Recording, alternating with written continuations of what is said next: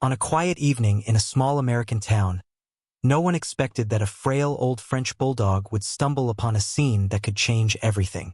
The dog, worn by time yet filled with loyalty and courage, discovered a police officer bound to a tree in a desperate situation.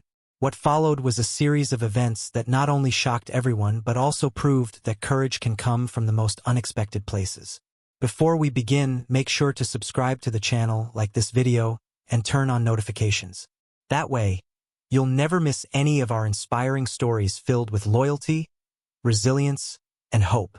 The late autumn sun dipped behind the hills of Millstone, a small American town where the streets grew quiet after dusk. Crisp leaves scattered across the sidewalks, carried by a cool wind. Most people were home, preparing dinner or winding down after a long day.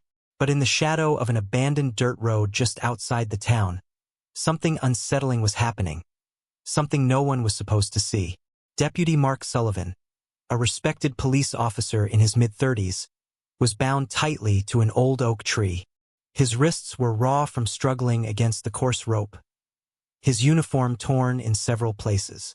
Hours earlier, he had been ambushed during a patrol, overpowered by two men who wanted to silence him before he could uncover the smuggling operation he had been investigating for weeks. With no radio, no weapon, and no one around, he was certain that help wasn't coming.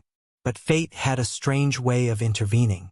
Not far from where Mark was tied, an old French bulldog wandered the roadside, moving slowly on stiff legs. His name was Rufus. Once someone's beloved pet, Rufus had been abandoned years earlier when age and health problems made him too much work. Since then, he had roamed the outskirts of town, scavenging for scraps, sleeping under porches, and avoiding people who never looked twice at him.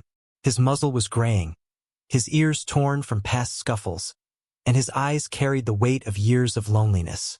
That night, Rufus was searching for food when he heard a sound that made him freeze. A muffled groan, followed by the creak of rope. His instincts sharpened. Despite his age, curiosity, and something deeper pushed him toward the noise. Slowly, cautiously, Rufus made his way through the bushes until his eyes fell on the shocking sight. A man in uniform, bound to a tree, struggling desperately to free himself. At first, Mark thought he was imagining things. His vision was blurry from exhaustion, and when he saw the small bulldog emerge from the shadows, he let out a bitter laugh. "Great! Now I'm hallucinating," he muttered under his breath.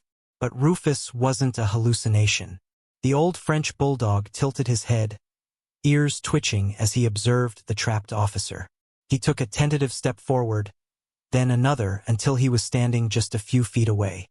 His eyes locked onto Mark's, and something passed between them. A silent recognition of shared vulnerability. Mark spoke softly, trying not to scare the dog. "Hey, boy, you're really out here alone, huh?" His voice cracked. "Guess we both are." Rufus gave a low whine, almost as if he understood. Then, without hesitation, he moved closer, sniffing the ropes that held Mark in place. His nose twitched, his body tense, as if deciding whether or not this stranger could be trusted. The wind howled through the trees, and Mark shivered. Panic threatened to take over again, but the bulldog's steady presence kept him grounded. For the first time since the ambush, he felt a flicker of hope. Maybe this old dog wasn't just a bystander. Maybe, just maybe, help had arrived in the most unexpected form. But the night was far from safe. Rufus's ears perked suddenly, his body stiffening as the sound of footsteps echoed faintly in the distance.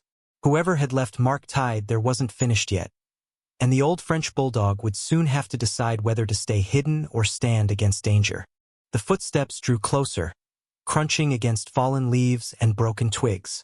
Mark's heart pounded so hard he thought the sound alone might give him away. He held his breath, eyes scanning the darkened path, praying it wasn't the men who had left him there to die. Rufus, the old French bulldog, froze too. His short body stiffened, ears pricked, and a low growl rumbled in his throat.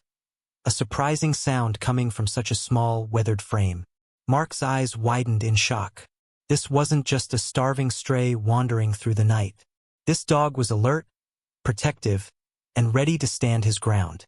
"Easy, boy," Mark whispered, his voice trembling. You don't have to. But Rufus didn't move away. Instead, he stepped in front of Mark, planting himself between the bound officer and the approaching threat. The old bulldog may have been discarded by the world, but at that moment, he carried himself with the dignity of a soldier. The footsteps slowed. A shadowy figure appeared from the trees, one of the men who had attacked Mark earlier. He carried a flashlight, its beam cutting through the dark. When the light fell on the French bulldog, the man laughed coldly. Well, well, the stranger sneered. Looks like you made a friend, officer. Shame he won't do you much good. Rufus barked, sharp, fierce, and relentless. His voice echoed in the night, startling the man just long enough for Mark to regain some hope. The old bulldog lunged forward, his teeth bared. He wasn't fast, but he was determined, and his growls were enough to make the intruder step back. Stupid mutt. The man spat, kicking dirt in Rufus's direction, but Rufus didn't flinch. He barked louder, snapping at the man's boots, refusing to retreat. It was clear. This wasn't just about survival anymore. This was loyalty born from years of being ignored, mistreated, and abandoned.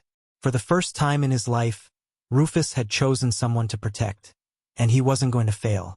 Mark watched in awe, adrenaline surging through him. Good boy. You're incredible, he whispered, his throat tightening. The man cursed under his breath and stepped back into the shadows, realizing the noise might draw attention. Fine, he muttered. Stay here and rot. Both of you. And just like that, he disappeared into the woods, his footsteps fading into the distance. When the danger passed, Rufus trotted back toward Mark, panting heavily. His small chest rose and fell quickly, but his eyes gleamed with pride. He nudged Mark's knee with his nose, almost as if to say, You're safe. I'm here. Mark felt tears sting his eyes. He'd spent years protecting others as a police officer, yet now he was the one being shielded by a dog who had nothing left to give but courage. You saved me, he whispered, his voice cracking. I don't even know your name, but you saved me. Rufus wagged his short tail slowly, then turned his attention back to the ropes. He sniffed, pawed, and even tried gnawing at the thick fibers, his worn teeth scraping against them. The effort wasn't enough to free Mark, but it was enough to show his determination. He wasn't going anywhere. The night grew colder, the wind sharper, but Mark no longer felt completely alone. Each bark, each nudge, each stubborn attempt from Rufus kept his hope alive. For the first time since being tied to that tree, he believed he might live through the night. Still, danger lingered. The men who ambushed him could return.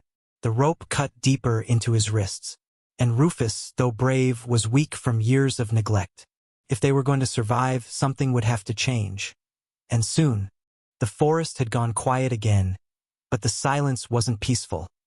It was heavy, like the world was holding its breath. Mark leaned his head back against the tree, trying to steady his pulse.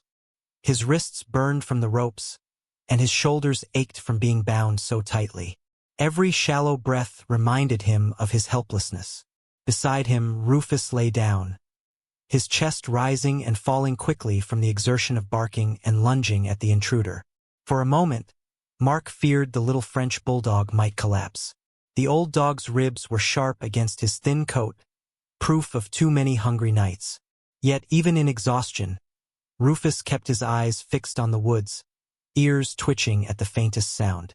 Mark studied him through the dim light of the moon. You've been through hell, haven't you? He murmured. His voice cracked, not from pain, but from the strange, unexpected swell of emotion. And still, you found me. Rufus gave a soft whine, inching closer.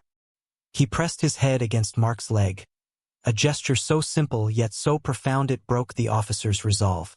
For the first time since the ambush, Mark allowed himself to cry. The tears came hot and fast, cutting tracks down his dirt-streaked face. The old bulldog didn't flinch at the sound. He only stayed close, his warmth grounding Mark in a way nothing else could. Mark inhaled shakily, trying to regain control. I don't know if anyone will come, I don't even know if I'll make it out of here. But if I don't, you should know you're a hero. You're braver than most men I've ever met."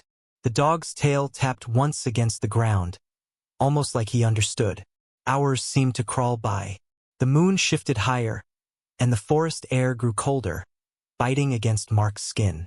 Each passing minute drained his strength, but Rufus never left his side. Occasionally he would rise, shuffle around the tree, and paw at the ropes again. His teeth gnawed at the fibers, each attempt leaving little frayed strands, but not enough to free Mark. Still, the dog tried over and over, stubborn in his mission. Mark closed his eyes, half-conscious, until the sound of rustling leaves snapped him awake. His body tensed, bracing for the worst. Rufus was already on his feet, barking sharply, his frail body trembling yet unyielding. From the trees emerged not an attacker, but a faint glimmer of light. It was a flashlight, but carried differently this time. Not shaky or hostile. Steady. Careful. "Mark!" A voice called in the distance. Relief surged through him like a flood. He knew that voice. Officer Daniels, his partner. "Here!" Mark rasped, his voice hoarse but urgent. "Over here!" Rufus barked even louder, as if guiding the rescuers. His barks cut through the night like a beacon, pushing back the despair that had nearly drowned them. Within moments, 2 officers burst through the clearing. Their flashlights lit up the scene. Mark bound to the tree, his face pale and his clothes torn. And in front of him, an old, ragged French bulldog, barking his soul out to make sure help didn't pass them by. "Good God!" Daniels muttered, rushing to untie his partner. "We thought we lost you." Mark winced as the ropes loosened, blood rushing back to his numb hands. He glanced at Rufus, who had finally gone quiet, now sitting proudly, almost regal, as if he knew his mission was complete. "Not lost," Mark whispered. His gaze softened on the bulldog. "He saved me." The other officer raised an eyebrow. "The dog?" "Yeah," Mark said, his voice filled with awe. "This old French bulldog stood between me and death. If it wasn't for him, I wouldn't be here right now." Rufus blinked slowly, then lowered himself beside Mark, his body finally giving in to exhaustion. His eyes closed, but his breathing was steady, as though he finally felt safe enough to rest. Daniels crouched down, inspecting the dog. "He's in bad shape, malnourished, sick maybe, but he's got fight in him." Mark's jaw tightened. "Then we take him with us. He's family now." The officers exchanged glances but didn't argue. They could see the bond already forming, one built not on years of companionship, but on one night of sacrifice and loyalty. As they prepared to leave the clearing, Mark reached down, stroking the bulldog's head gently. "You're coming home with me, Rufus," he whispered. The name slipped out naturally, as if it had always been his. The dog stirred faintly at the sound, as though acknowledging the gift of identity. A stray no longer. But Mark didn't know then that their journey was only beginning. Saving him had cost Rufus the last of his strength, and what awaited them at the vet would test their newfound bond in ways Mark never expected. The story was far from over. The cruiser's headlights cut through the empty road as Daniels sped toward the city. Mark sat in the passenger seat, his wrists bandaged, his eyes fixed on the back seat where Rufus lay curled on a blanket. The French bulldog's breathing was shallow, his sides heaving with every effort. Mark's heart clenched. He had seen this before, animals and people who had given everything, leaving their bodies drained. Rufus had stood against men twice his size, barked until his throat burned, and fought with teeth that were worn down from years of hunger. Now, the toll of that sacrifice was clear. "Don't you give up on me?" Mark whispered, his voice breaking. "You didn't fight this hard just to leave me now." Daniels glanced at him briefly. "We'll get him to the emergency vet. Hold on." The drive felt endless. Every bump in the road made Rufus whimper softly, and every sound twisted Mark's gut. He had seen friends fall in the line of duty, but this felt different. This was personal. This dog had given him hope when he had none, and now it was Mark's turn to return the favor. When they finally screeched into the vet's parking lot, Mark didn't wait for the car to stop fully. He scooped Rufus into his arms, feeling how light he was, frighteningly light. His fur was patchy, his ribs too sharp under Mark's grip. Yet even now, Rufus stirred, opening his eyes weakly to look at him. "It's okay, buddy. I've got you," Mark murmured, pushing through the doors. The vet techs rushed to meet him. "We'll take him." "What happened?" Mark's voice shook as he explained. He saved me. He fought them off. "Please, just save him." They nodded, rushing Rufus into the back. Mark stood frozen, his arms suddenly empty, his heart pounding with helplessness. He was a man trained to handle crises, but standing there all he could do was wait. Daniels placed a steadying hand on his shoulder. "He's tougher than he looks. Don't count him out yet." Hours crawled by. Mark sat in the waiting room, elbows on his knees, hands clasped so tightly his knuckles turned white.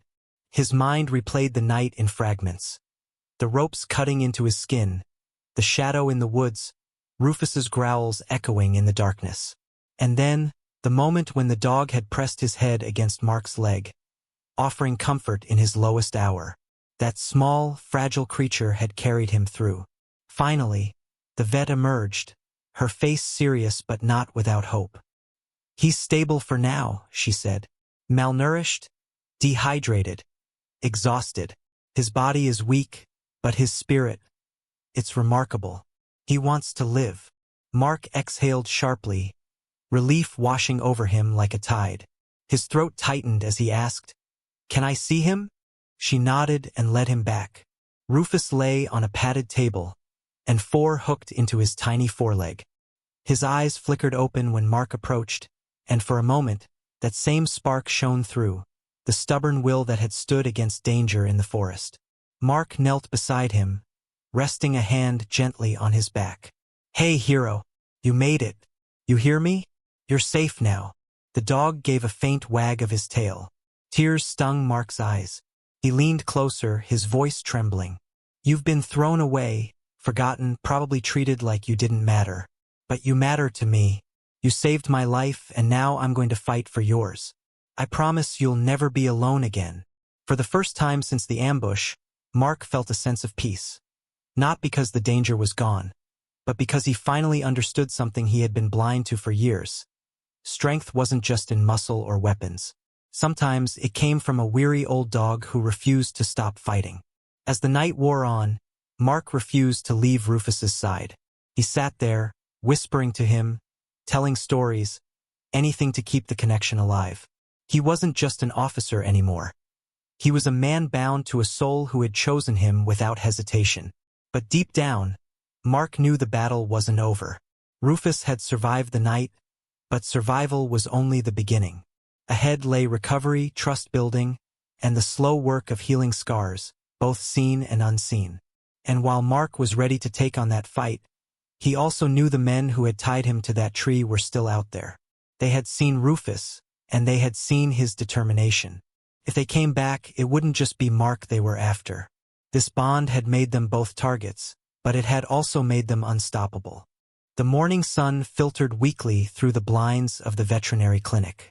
Mark sat stiffly in the chair beside Rufus's kennel, his eyes gritty from a night without sleep. The rhythmic beeping of machines and the occasional shuffle of vet techs filled the air, but his attention never left the French bulldog lying peacefully on the blanket. Rufus stirred, opening his eyes just enough to acknowledge Mark's presence. His tail gave the slightest twitch, a fragile sign of trust that melted the officer's exhaustion into something steadier, resolve. Mark leaned forward, whispering, "You're not just any dog, are you? You've got a story." Hours later, as Rufus rested, the vet entered with a clipboard. "Officer Reynolds," she said softly. "We ran a scan for a microchip, just in case, and we found one." Mark's pulse quickened. "A microchip?" She nodded. "Yes, and when we ran the ID, it came back to a man named Victor Kane." She paused, watching his reaction. The name hit Mark like a hammer. Victor Kane wasn't just anyone. He was a powerful businessman with deep ties to criminal networks in the city. A man Mark had been investigating for months. "That can't be right." Mark said, shaking his head. Why would he own a French bulldog? The vet shrugged lightly. All I know is what the database says. This dog was registered to Kane's estate 2 years ago. If he's here now, it means someone abandoned him. Or worse. Mark sat back, stunned. The puzzle pieces were shifting in his head. Rufus hadn't just wandered into his life by chance. This dog had once belonged to the very man whose men had left him tied to a tree. His chest tightened. So you were theirs, he murmured, looking at Rufus with new eyes. You've seen things. Things nobody would believe. Memories of the ambush sharpened. The way the men had recoiled when Rufus barked at them. The way one of them muttered, "He's still alive?" before disappearing into the woods. Mark hadn't thought much of it at the time, but now it was clear. Rufus wasn't just a stray. He was evidence. Daniels arrived just then, a bag of takeout coffee in hand. You look like you've been hit by a truck, he said, setting a cup down for Mark. Any news? Mark explained everything. The microchip, the name, the connection to Kane. Daniels's face darkened. This changes everything, Daniels muttered. If Kane's men know this dog survived, they'll come for him. He's a loose end. And you know how they deal with loose ends. Mark's jaw tightened as he looked at Rufus, who was now sleeping peacefully, unaware of the storm brewing around him. They'll have to go through me first. Daniels leaned closer. You need to think about this carefully, Mark. This isn't just about a dog anymore. Rufus could be the key to taking Kane down. Who knows what he's seen, what he remembers? Mark rubbed his temples. He knew Daniels was right, but looking at Rufus, all he saw wasn't a key or evidence. He saw a survivor, a dog who had been used, discarded, and still found the courage to protect him. He's not a piece of evidence, Mark said firmly. He's my partner now. Daniels sighed. Partners paint targets on their backs. Just be ready for the consequences. That night, as the clinic quieted, Mark stayed with Rufus. He thought of the times he'd doubted himself in the line of duty, the nights he'd wondered if the fight against men like Kane was worth it. And now, this battered, brave little French bulldog had reminded him of the answer. Mark reached into the kennel, gently scratching behind Rufus's ears. They thought you were worthless, but you've already done more than most men I know. You saved me, and I swear I'll save you, no matter who's coming for us. Rufus's eyes opened just slightly, enough for him to nuzzle Mark's hand. In that quiet moment, an unspoken pact was sealed. But outside the clinic, headlights glared in the darkness. A black SUV idled for a moment before pulling away, unseen by those inside. Kane's men already knew where the dog was. The storm that had been threatening all afternoon finally broke over Millstone. Sheets of rain hammered the rooftops and turned the back roads into rivers of mud. In his dimly lit kitchen, Deputy Mark Sullivan stared at the papers spread across the table. Every page connected back to Kane, the ruthless man who had tied him to that oak tree days earlier. But tonight, Mark wasn't alone. On the worn rug near the door, Rufus, the aging French bulldog, lay curled up, his ears twitching at every rumble of thunder. Mark reached down and brushed the dog's damp coat. You've been through hell, haven't you, buddy? He whispered. Rufus tilted his head, his cloudy eyes filled with something Mark hadn't seen in weeks. Trust. That trust lit a fire in him. He couldn't afford to give up now. But outside, headlights cut through the storm. A dark van crept slowly down the road, its engine muffled by the roar of rain. Mark stiffened. He hadn't told anyone where he was hiding. He rose to his feet, instinct screaming. Rufus followed, paws tapping softly on the wooden floor. The van stopped. 2 doors slammed. Shadows moved toward the house. Mark reached for his sidearm, empty holster. The gun had been lost the night of the ambush. He cursed under his breath and scanned the room. Nothing but a fireplace poker leaning against the hearth. It would have to do. The first crash shook the door on its hinges. Rufus growled low, his old body trembling but his spirit unshaken. Mark crouched beside him. We'll get through this, boy. Just stay with me. The second crash splintered the wood. Rain and wind burst into the room as two men in soaked jackets forced their way inside. Their eyes were cold, their movements swift. One pointed a flashlight directly at Mark. "You should have stayed quiet, deputy," the man sneered. "Kane doesn't forgive." Mark tightened his grip on the poker. His mind raced. Outnumbered, unarmed, cornered. But then Rufus surged forward with a bark that echoed through the storm. The men hesitated, startled by the sudden fury of the small dog. His teeth snapped, his growl a reminder that even the weakest-looking fighter could carry the strongest will. The hesitation was all Mark needed. He lunged with the poker, striking the first intruder hard in the shoulder. The man shouted, stumbling backward. The second swung a fist, but Mark ducked and countered. The struggle was raw, brutal, lit only by the flash of lightning.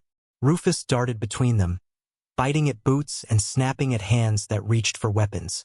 Despite his age, his courage filled the room like fire. Every bark, every growl bought Mark another second. But the fight turned.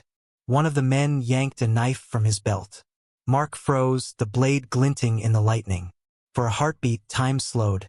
Then Rufus launched himself forward with a desperate snarl, teeth sinking into the man's wrist. The knife clattered to the floor. Mark kicked it away, seized the poker, and struck with all the strength left in him. Both intruders collapsed under the weight of blows and a storm that seemed to rage in tune with Mark's fury. Breathing heavily, Mark slammed the door shut and dragged the men into the corner, binding them with torn electrical cord. His hands shook, but his resolve was steady. Rufus, panting hard, limped back to the rug, his chest rising and falling like a warrior who had given everything. Mark dropped to his knees beside him.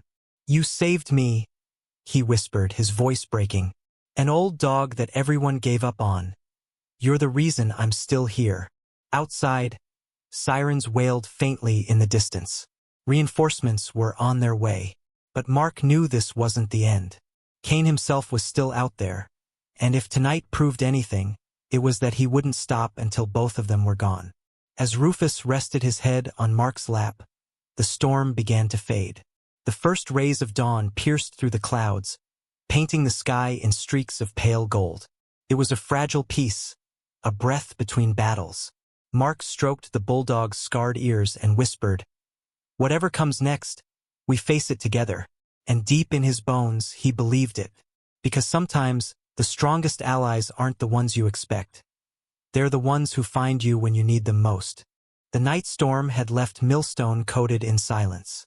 Broken branches littered the streets, puddles reflected the pale morning sky, and the scent of wet earth hung heavy in the air. In the small kitchen, Deputy Mark Sullivan sat slumped against the wall, his arm wrapped protectively around Rufus, the French bulldog who had once been discarded, forgotten, and left for dead.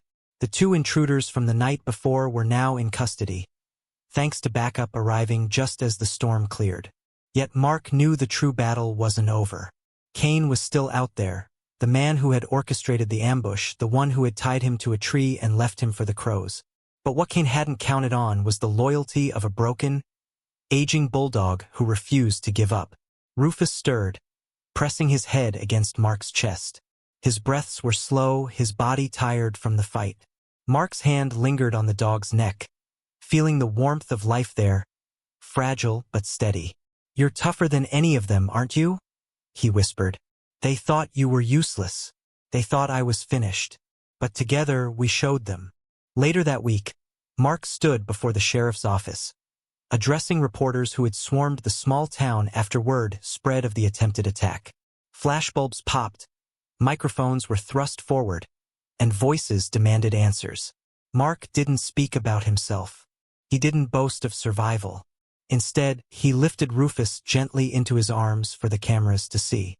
The crowd gasped at the sight of the old, scarred bulldog with cloudy eyes and a steady, unyielding stare. "This dog saved my life," Mark said firmly. "He's proof that no one, not a person, not an animal, is ever too broken to matter. He was abandoned, discarded, and left to die. But when I needed him most, he was the one who stood by me. Don't ever tell me a life like his isn't worth saving." The silence that followed was heavy with emotion. Some reporters lowered their microphones, eyes glistening. Others nodded slowly, as if the truth of Mark's words had struck something deep. From that day on, Rufus wasn't just Mark's dog. He was Millstone's symbol of resilience. The town rallied around him, raising funds for his care, fixing up Mark's old home, and even holding community events in the Bulldog's honor. Children made posters of him with the words, "Never give up," painted in bright colors. But for Mark, the bond went far deeper than symbols or headlines. At night, when the house was quiet and the danger felt distant for a moment, he would watch Rufus sleep beside the fire. The dog's paws sometimes twitched, as if he were reliving battles in his dreams. And every time, Mark would reach over, lay a hand gently on his side, and whisper, "You're safe now. We both are." Weeks later, the inevitable confrontation with Kane finally came. Mark, now prepared and supported by his fellow officers, confronted the man who had tried to silence him. Kane was captured, his empire dismantled. Justice was served, but Mark knew justice alone wasn't what had kept him alive. It was the unwavering spirit of a French bulldog, once left in a ditch, who refused to give up on life, and refused to give up on him. As the sun set behind the quiet town, Mark sat on the porch steps, Rufus at his feet. The air was warm, the world calm for once. Mark scratched behind Rufus's ear and said softly, "We made it, old friend, and because of you, I'll never forget what loyalty and courage really mean." Rufus let out a low, contented snort, his tail wagging slowly. His cloudy eyes glistened in the fading light, but his spirit shone brighter than ever. And that's how the story of a forgotten bulldog and a broken deputy became a lesson not just for a town, but for anyone who believes that courage, loyalty, and love can rise from the unlikeliest places. If this story touched your heart, don't forget to subscribe to the channel, like this video, and share it with someone who needs a reminder that loyalty and love can overcome even the darkest storms.